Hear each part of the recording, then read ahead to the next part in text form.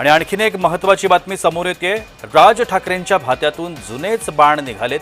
मोदींच्या विरोधात पुन्हा ते बोलू लागलेत। भूमिकेत सातत्य नसल्यानं राज अपयशी असल्याची टीका भारतीय जनता पक्षाने केली।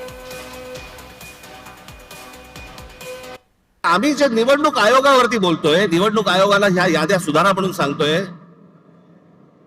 मला समजत नाही सत्ताधारी पक्षाचे लोक का चिडतायत। लागतंय ना कुठेतरी।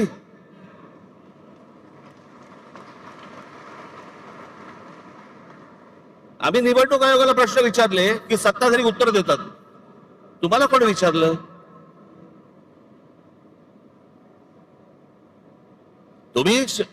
तुम्हाला वाटतंय, तुम्हाला राग येतोय कारण शेण खाऊन ठेवलंय।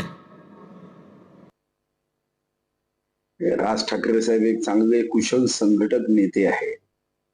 स्वतःच्या शक्तीच्या आधारावर त्यांनी मनसेची स्थापना केली आणि इतके वर्ष त्यांनी टिकवली, पण त्यांच्या धरसोड वृत्तीनेच त्यांचा पक्ष वाढत नाही।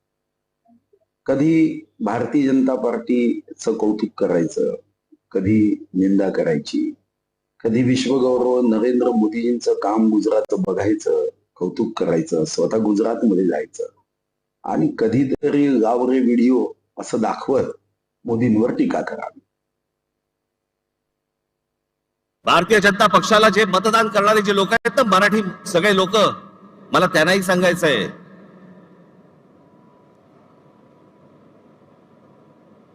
हा अदानी अंबानीचा ह्या सर्व लोकांचा ज्यावेळेला गुजरातचा वरवंटा ज्यावेळेला महाराष्ट्रावरती फिरेल ना, त्यावेळेला ते तुम्हाला बघणार नाहीये, तुम्हाला पण त्या वरवंट्याखाली मराठी म्हणूनच घेणार।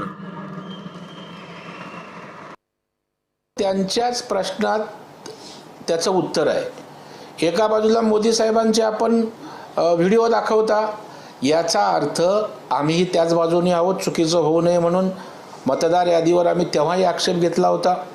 दुसऱ्या बाजूला आमच्या आमदारांचं सांगताय, याचा अर्थ चुकीचा असेल, त्यासोबत आम्ही आहोत। तुम्हाला नेमकं काय म्हणायचं आहे? मग तुमच्या भूमिकेशी आम्ही सहमत आहोत ना।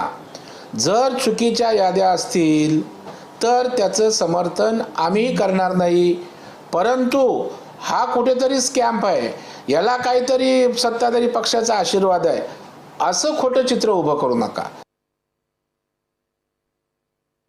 या लोकांनी शेण खाऊन ठेवलं ना, सगळ्या गोष्टी बाहेर येतील, बरोबर बाहेर येतील, येतातच आहेत, सगळेजण आणतातच आहेत। सगळ्या महाराष्ट्रभर हे सगळं सुरू झालं पाहिजे।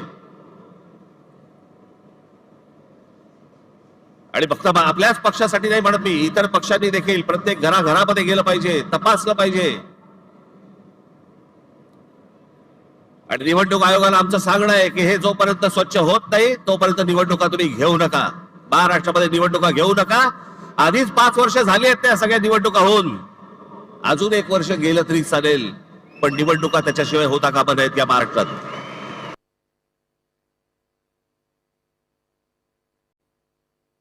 गुजराती आणि महाराष्ट्र मराठी वाद निर्माण करण्याचा आपला प्रयत्न आहे।